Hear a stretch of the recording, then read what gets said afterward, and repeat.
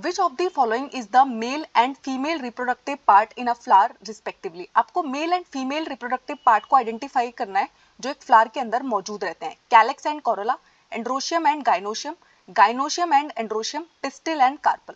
तो देखो आपको पता है जो मेल रिप्रोडक्टिव पार्ट होता है उसको हम क्या बुलाते हैं, एंड्रोशियम बुलाते हैं, और जो फीमेल रिप्रोडक्टिव पार्ट होता है उसको हम क्या बुलाते हैं, गाइनोशियम बुलाते हैं। रिस्पेक्टिवली पूछा गया तो ये वाला ऑर्डर आपको फॉलो करना है।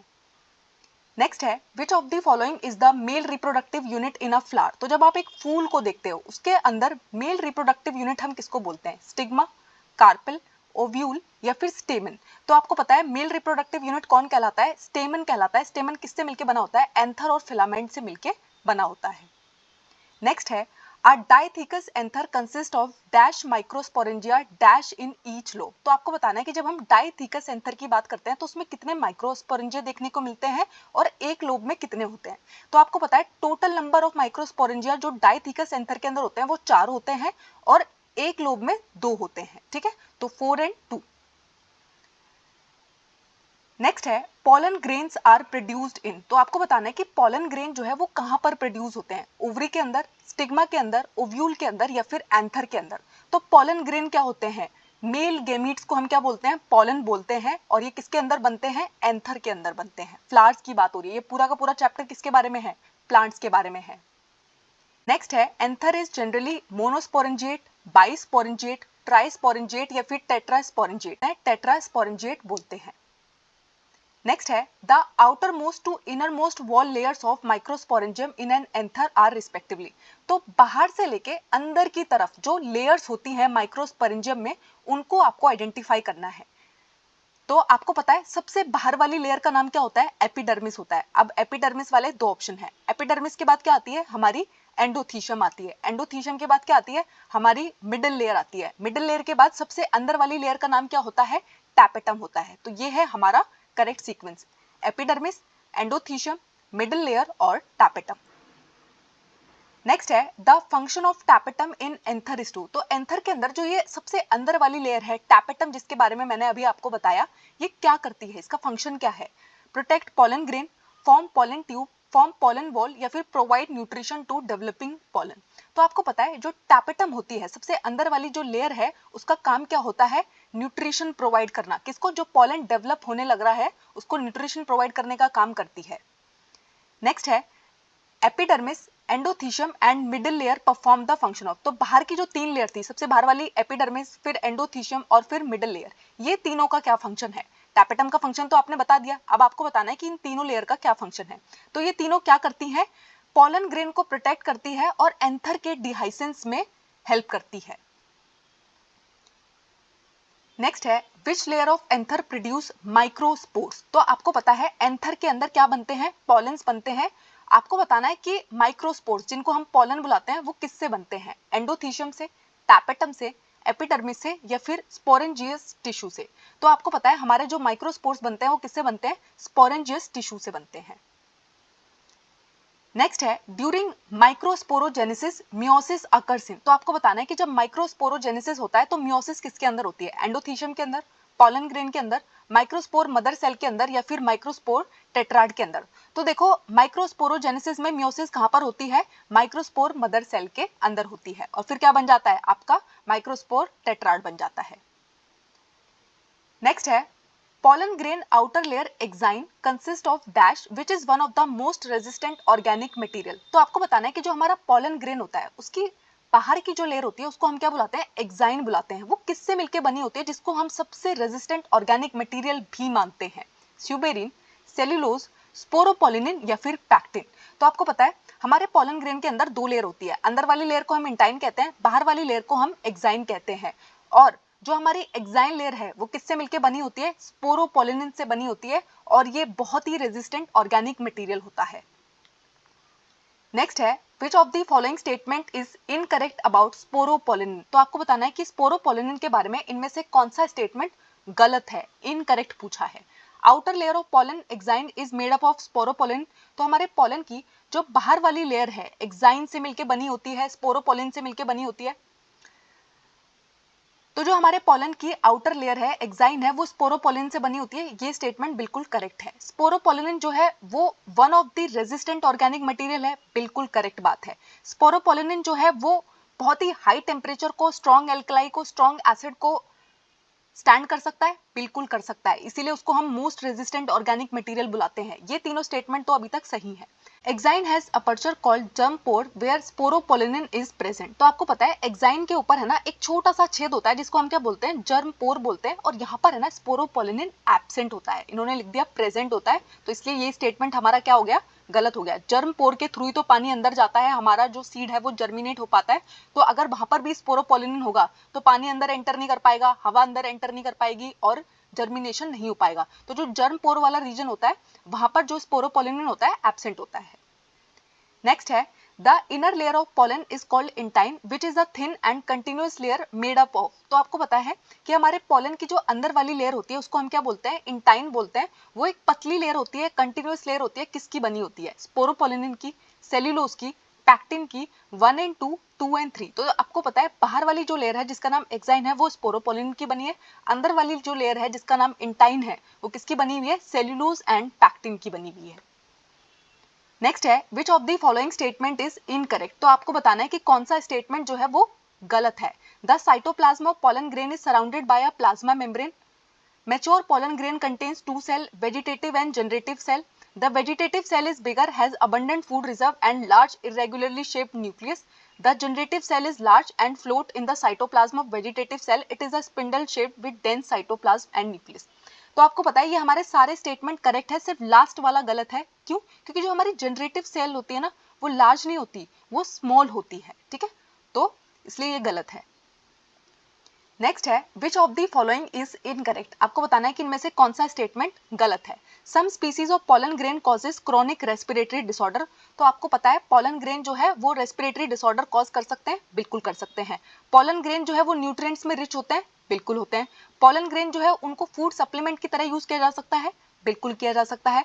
पॉलन कंजप्शन से जो एथलीट एंड रेस हॉर्सेस होते हैं उनकी जो परफॉर्मेंस है वो डिक्रीज होती है। ये स्टेटमेंट गलत है, डिक्रीज नहीं होती है, इंक्रीज होती है। इसीलिए एथलीट क्या करते हैं, पॉलन का कंजप्शन करते हैं।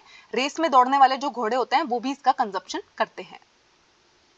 नेक्स्ट है विच of the following pollen grain does not lose viability with in 30 minutes of their release.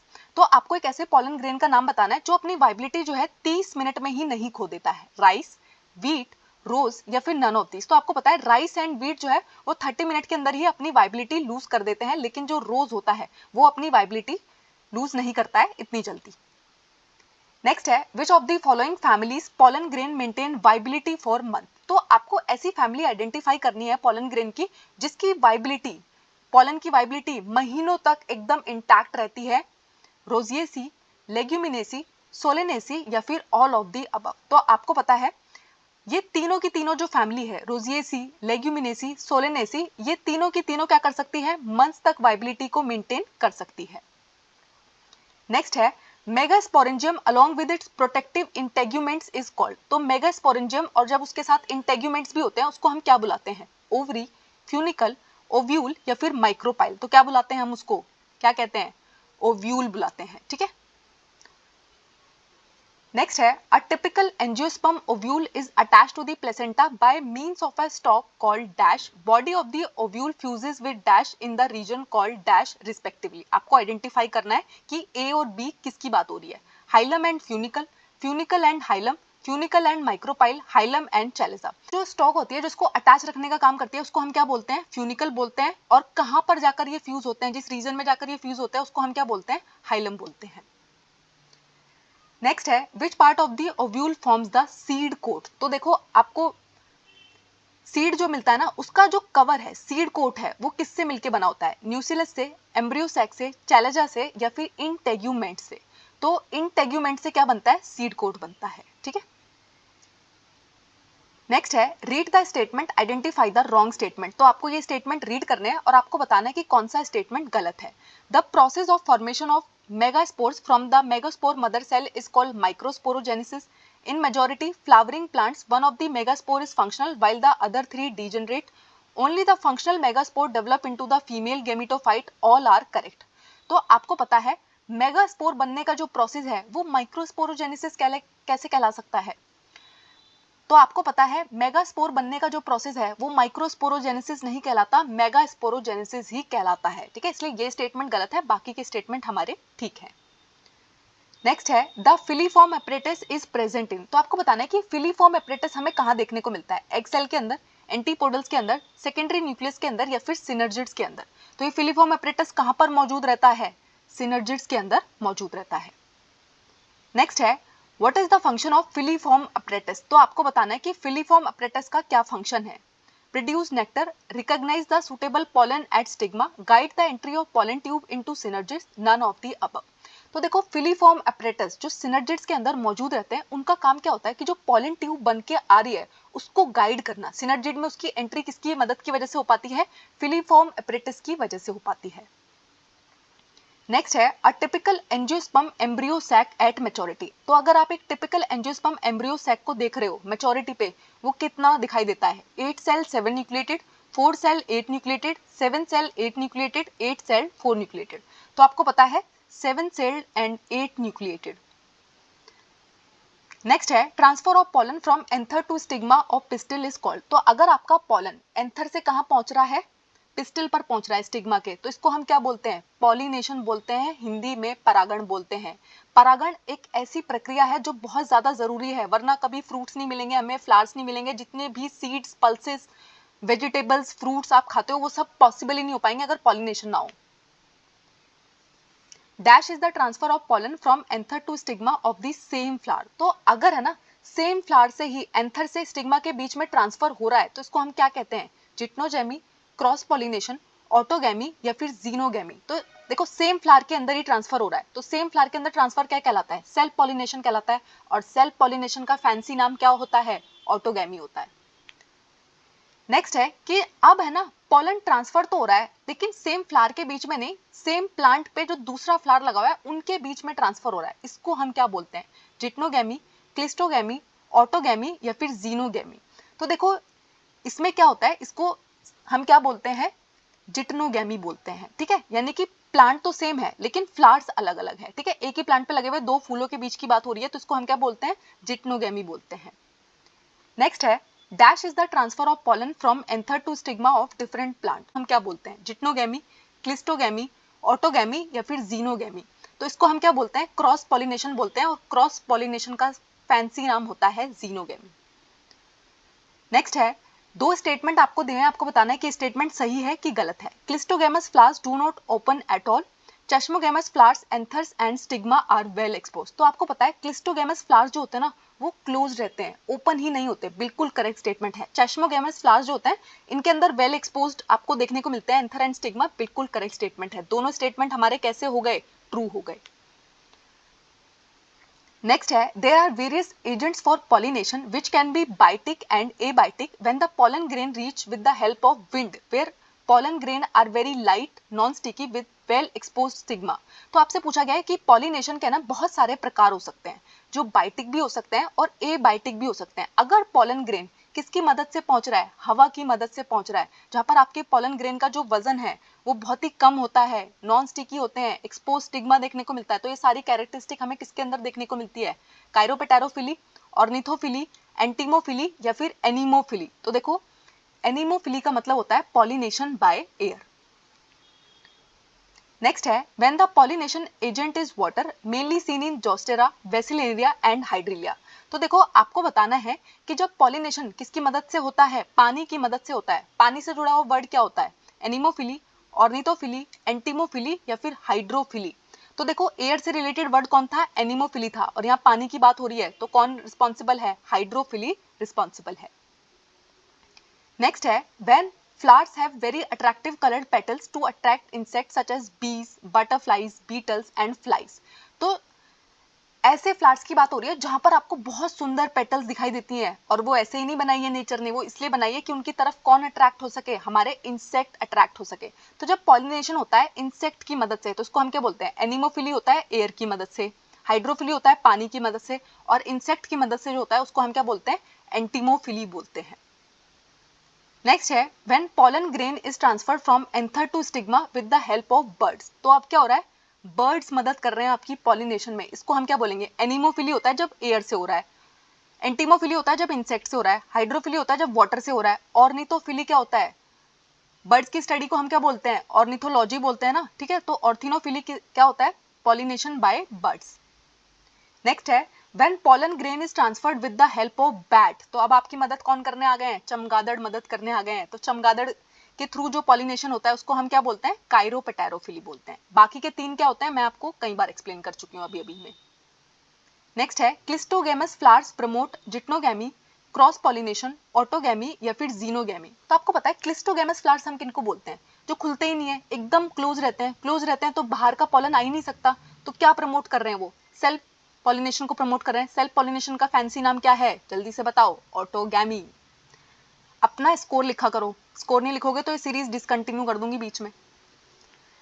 Next है flowering plants have developed certain outbreeding devices to discourage self pollination and encourage cross pollination. One of these is not example of outbreeding device. तो आपको पता है अगर self pollination होता रहता है तो उसकी वजह से क्या आता है? इनब्रीडिंग डिप्रेशन आता है। कोई नहीं चाहता कि इनब्रीडिंग डिप्रेशन आए, तो इसलिए फ्लावरिंग प्लांट क्या करते हैं? इनब्रीडिंग डिप्रेशन को डिस्करेज करने के लिए, सेल्फ पॉलिनेशन को डिस्करेज करने के लिए कुछ डिवाइसेस का इस्तेमाल करते हैं जिनको हम क्या बोलते हैं? आउटब्रीडिंग डिवाइस बोलते हैं।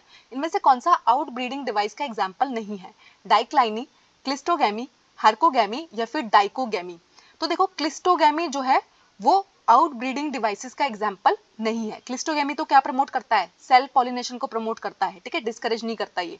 बाकी के जो तीनों मेथड है ये किसको प्रमोट करते हैं? क्रॉस पॉलिनेशन को प्रमोट करते हैं। नेक्स्ट है what is the main purpose of emasculation in artificial hybridization. तो इमेस्कुलेशन करने का मेन रीजन क्या होता है जब आप आर्टिफिशियल हाइब्रिडाइजेशन करते हैं? Removing sepals, removing stigma, removing anther before pollen release, removing petals. तो देखो अगर मुझे आर्टिफिशियल हाइब्रिडाइजेशन करना है, यानी कि मैं चाहती हूँ कि मेरी मर्जी का पॉलन उसके ऊपर गिरे, तो मैं वहां पर जो पॉलन मौजूद है उसको हटा दूंगी ना। तो removing anther before pollen release, तो पॉलन रिलीज होने से पहले मैं उस फ्लावर के अंदर जो एंथर मौजूद है उसको कट कर दूंगी, ठीक है, निकाल दूंगी। नेक्स्ट है the process of removing stamens और anther with the help of forceps is called. तो मैंने बताया कि मैं क्या करूंगी? निकाल दूंगी उसको। अब निकालने के प्रोसेस का नाम पूछ लिया है तो कोई टफ तो है नहीं है। क्या नाम होता है? इमेस्कुलेशन बोलते हैं इसको। नेक्स्ट है emasculated flowers covered with butter paper called bagging for. अब जो मैंने रिमूव कर दिया, पॉलन तो रिमूव कर दिया, उसके बाद मैंने उसको सजाने के लिए बटर पेपर से उसको कवर कर दिया। क्या मन था मेरा? डेकोरेट करना चाहती थी, बारिश से बचाना चाहती थी, अनवांटेड पॉलिनेशन को प्रिवेंट करना चाहती थी, या मैं चाहती थी कि अच्छे अच्छे इंसेक्ट अट्रैक्ट हो जाए। तो हम चाहते हैं कि अनवांटेड पॉलिनेशन ना हो, मेरा डिजायर्ड पॉलिनेशन हो, जो चाहती हूं मैं, जो पॉलन मैं उसके ऊपर डालना चाहती हूँ, जो पॉलन साइंटिस्ट डालना चाहते हैं वो वहां पर पहुंचे। तो प्रिवेंट अनवांटेड पॉलिनेशन।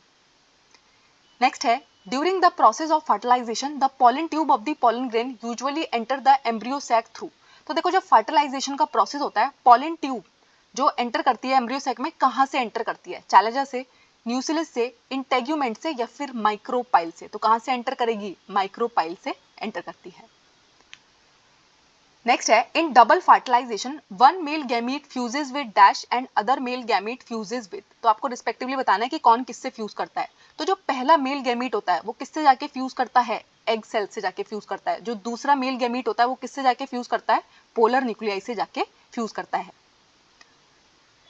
नेक्स्ट है double fertilisation triple fusion is the characteristic feature of. तो आपको बताना है कि ये जो डबल फर्टिलाइजेशन है, ट्रिपल फ्यूजन है, ये किसका कैरेक्टरिस्टिक फीचर है? जिम्नोस्पर्म का, ब्रायोफाइट्स का, टेरिडोफाइट्स का या फिर एंजियोस्पर्म का? अब देखो अगर आप थोड़ा सा स्मार्टली दिमाग लगाओगे, डबल फर्टिलाइजेशन होता है जहां पर फ्लावर्स मौजूद है। जिम्नोस्पर्म में फ्लावर्स होते हैं क्या? ठीक है। ब्रायोफाइट्स में होते हैं क्या? टेरिडोफाइट्स में होते हैं क्या? किसके अंदर होते हैं फ्लावर्स? एंजियोस्पर्म के अंदर होते हैं, और इसलिए वहीं पर double fertilisation and triple fusion possible हो पाता है। नेक्स्ट है number of nuclei involve in double fertilisation. तो डबल फर्टिलाइजेशन में कितने नंबर ऑफ न्यूक्लियाई इन्वॉल्व रहते हैं? 5 इन्वॉल्व रहते हैं। कौन कौन से होते हैं वो 5? 2 male nuclei, 1 egg cell and 2 polar nuclei. Next है double fertilization was first discovered by. तो आपको बताना है कि डबल फर्टिलाइजेशन की डिस्कवरी किसने करके दिखाई? सबसे पहले किसने बताया हमें डबल फर्टिलाइजेशन के बारे में? एमिकी ने, स्ट्रैसबर्गर ने, रॉबर्ट विल्सन ने या फिर नवाशीन ने? तो डबल फर्टिलाइजेशन के बारे में हमें किसने बताया है? नवाशीन ने बताया।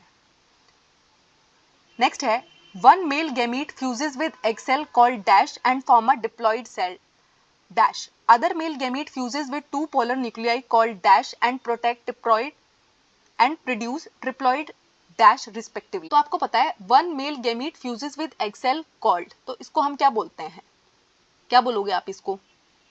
इसको हम बोलेंगे सिनगैमी। ठीक है, अब सिनगैमी जब होती है तो एक डिप्लॉइड सेल बनती है जिसको हम क्या बोलते हैं, जाइगोट बोलते हैं। ठीक है, अब दूसरा जो मेल गैमीट है वो जाकर फ्यूज कर गया पोलर न्यूक्लियाई से, इसको हम क्या बोलेंगे, 3 न्यूक्लियस फ्यूज हो गए हैं, 2 पोलर न्यूक्लियाई में थे, एक मेल गैमीट का है, इसको हम क्या बोलेंगे, ट्रिपल फ्यूजन बोलेंगे। और अब वो वहां पर क्या बनाएगा, एक ट्रिप्लॉइड प्राइमरी एंडोस्पर्म न्यूक्लियस बनाएगा। ठीक है, तो syngamy, zygote, triple fusion and primary endosperm nucleus.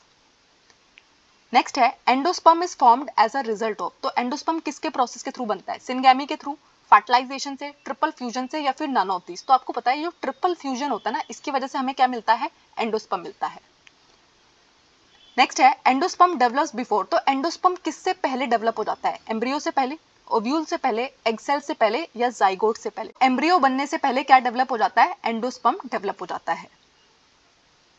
Next है endosperm cell divide repeatedly to provide genetic material, provide protection to embryo, provide nutrition to developing embryo, none of this. तो देखो endosperm क्यों बनता है पहले, क्योंकि उसका काम क्या होने वाला है, एम्ब्रियो को न्यूट्रिशन प्रोवाइड करना। ठीक है, नेक्स्ट है टेंडर कोकोनट वाटर, तो आप सब कोकोनट वाटर पीते हो ना, तो क्या है वो, free cellular endosperm, free nuclear endosperm, solid nuclear endosperm, या फिर नन ऑफ दिस। तो क्या होता है हमारा coconut water, free nuclear endosperm. Next है endosperm completely consumed by developing embryo in pea, groundnut, bean, या फिर ऑल ऑफ द अबव। तो देखो एंडोस्पर्म जहां पर पूरा का पूरा यूटिलाइज हो जाता है एम्ब्रियो को नरिश करने के लिए, तो वो किस में होता है, पी में होता है, बिल्कुल होता है, ग्राउंडनट में होता है, बिल्कुल होता है, बीन्स में होता है, बिल्कुल होता है। तो इन सब के अंदर क्या होता है, एंडोस्पर्म कंप्लीटली यूटिलाइज हो जाता है। नेक्स्ट है endosperm persist in the seed of, तो यहाँ पर है ना एंडोस्पर्म थोड़ा सा बच जाएगा, पूरा नहीं खा जाएंगे इसको, थोड़ा छोड़ देंगे। ग्राउंडनट, पी, बीन्स, या फिर कैस्टर, तो ग्राउंडनट तो पूरा खा जाता है, पी भी पूरा खा जाता है, बीन्स भी पूरा खा जाती है, लेकिन जो कैस्टर होता है उसमें एंडोस्पर्म परसिस्ट करता है। नेक्स्ट है plumule give rise to dash and radicle give rise to dash respectively in an embryo. तो प्लूम्यूल से क्या बनता है, रेडिकल से क्या बनता है, तो प्लूम्यूल से क्या बनता है, हमारी शूट बनती है, रेडिकल से क्या बनता है, हमारी रूट बनती है। फ्यूचर शूट बोलते हैं हम इसको, फ्यूचर रूट बोलते हैं हम इनको, प्लूम्यूल एंड रेडिकल को। नेक्स्ट है which part protect the root tip in monocot, तो रूट टिप को प्रोटेक्ट करने का काम मोनोकोट के अंदर कौन करता है, क्लियोपेटाइल, प्लूम्यूल, रेडिकल, या फिर कोलेराइजा। ठीक है, तो मोनोकोट के अंदर पूछा है। ठीक है, थोड़ा सा टिपिकल क्वेश्चन है, कोलेराइजा करता है ऐसा। नेक्स्ट है monocot embryo is differentiated into, तो मोनोकोट एम्ब्रियो किस किस में डिफरेंशिएटेड रहता है, radicle and plumule only, cotyledon only, hypocotyl only, scutellum, coleoptile and coleorhiza. तो जब आप मोनोकोट एम्ब्रियो को देखते हैं ना, इसके अंदर आपको स्क्यूटिलम दिखाई देगा, बिल्कुल दिखाई देगा, कोलियोपेटाइल दिखाई देगा, दिखाई देगा, कोलेराइजा दिखाई देगा, दिखाई देगा, तो इन्हीं में डिफरेंशिएटेड है फिर वो। नेक्स्ट है seed is formed from dash and fruit is formed from dash respectively. Seed बनता है ओव्यूल से, फ्रूट बनता है ओवरी से। ठीक है, राइपेंड ओवरी क्या कहलाती है, फ्रूट कहलाती है। नेक्स्ट है non albuminous seeds have no residual endosperm as it's completely consumed during embryo development, which of the following is non albuminous seeds. ठीक है, तो आपको बताना है कि नॉन एल्ब्यूमिनस सीड के एग्जांपल कौन है, wheat and castor, maize and barley, pea and groundnut, या फिर सनफ्लावर। तो आपको पता है नॉन एल्ब्यूमिनस सीड के अंदर क्या होता है, एंडोस्पर्म जो है वो कंप्लीटली कंज्यूम हो जाता है, पूरा यूटिलाइज हो जाता है। तो थोड़ी देर पहले ही मैंने आपको बताया था कि पी में कंज्यूम हो जाता है, ग्राउंडनट में कंज्यूम हो जाता है, बीन में कंज्यूम हो जाता है, तो पी एंड ग्राउंडनट। नेक्स्ट है persistent nucleus is called as dash as it is found in, तो थोड़ा सा न्यूक्लियस यहाँ पे बचा हुआ दिखाई देता है, और इसको क्या कहते हैं, तो क्या बोलते हैं इसको, पेरिस्पर्म बोलते हैं। और किसके अंदर देखने को मिलता है, आपकी प्यारी ब्लैक पेपर, काली मिर्च के अंदर। ठीक है, नेक्स्ट है आइडेंटिफाई द रॉन्ग स्टेटमेंट, आपको रॉन्ग स्टेटमेंट आइडेंटिफाई करना है। Integuments of ovule hardens to form the seed coat, ovule form seeds, ovary form fruit and wall of ovary develop into fruit wall called pericarp. Seed dormancy means seed is germinating at present. तो जो integuments होते हैं वो seed coat बनाते हैं, बिल्कुल correct statement है। Ovule seeds बनाते हैं, बिल्कुल करेक्ट स्टेटमेंट है। ओवरी जो है वो फ्रूट बनाती है, और ओवरी की जो वॉल होती है वो फ्रूट की वॉल बनाती है, जिसको हम पेरिकार्प कहते हैं, बिल्कुल करेक्ट स्टेटमेंट है। लेकिन सीड डॉर्मेंसी का मतलब क्या होता है, डॉर्मेंट स्टेज में है, सोया हुआ है, जर्मिनेट नहीं कर सकता इस टाइम। ठीक है, तो सीड डॉर्मेंसी का मतलब होता है सीड जर्मिनेट नहीं कर सकता, और ये कह रहे हैं कि जर्मिनेट कर रहा है इस टाइम। ठीक है, तो ये गलत बात है।